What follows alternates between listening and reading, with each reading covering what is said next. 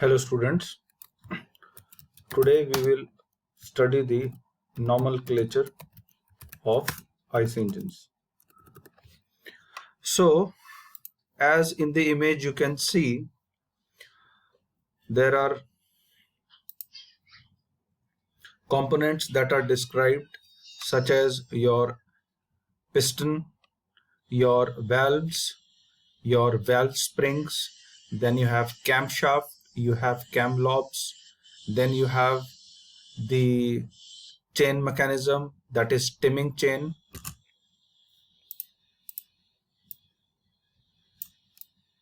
Okay, now I will mount here. Now see in this how this mechanism basically works.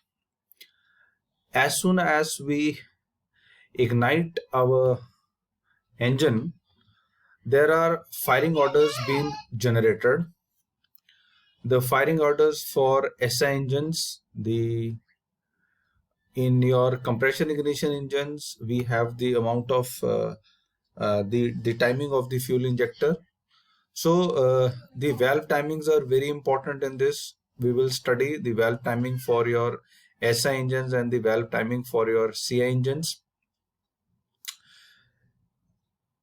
So in the engine, we have the clearance volume. As you can see here, this portion is the clearance volume.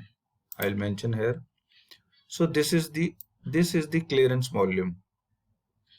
Okay, and this is the total swept volume.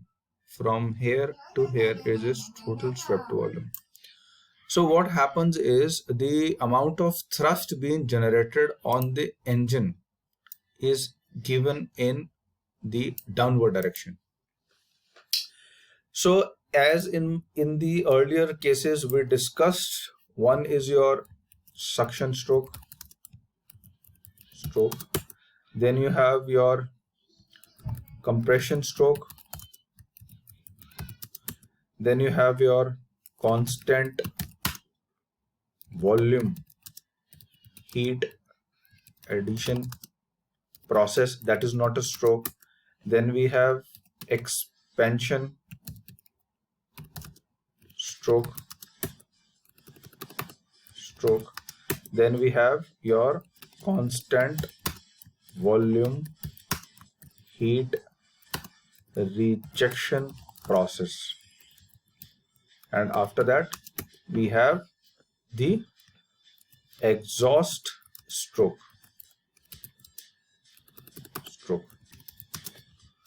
So out of these, very important is the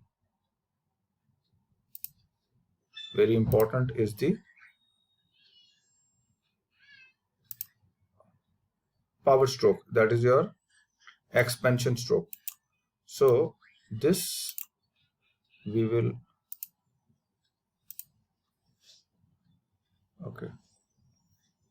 is the expansion stroke. This is very important. So here the amount of power is being developed by the engine. So what happens in your system when your expansion stroke develops the power, that power is being transferred from your piston. The reciprocating power is being developed, and that rotates the flywheel that is being attached to this system. So this is the flywheel. One second. No problem. This is the flywheel.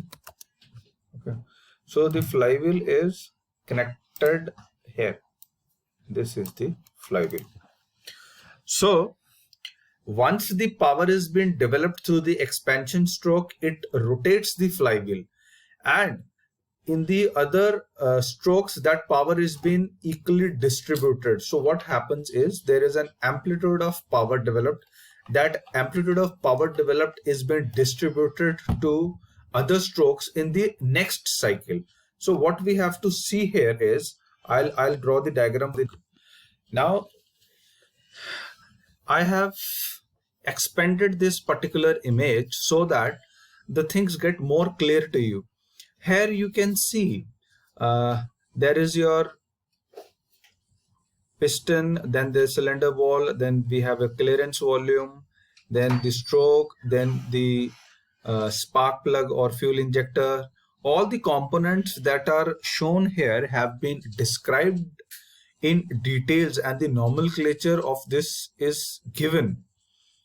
So it is very important that the sliding mechanism is transferring into the rotating, and that the power is being developed.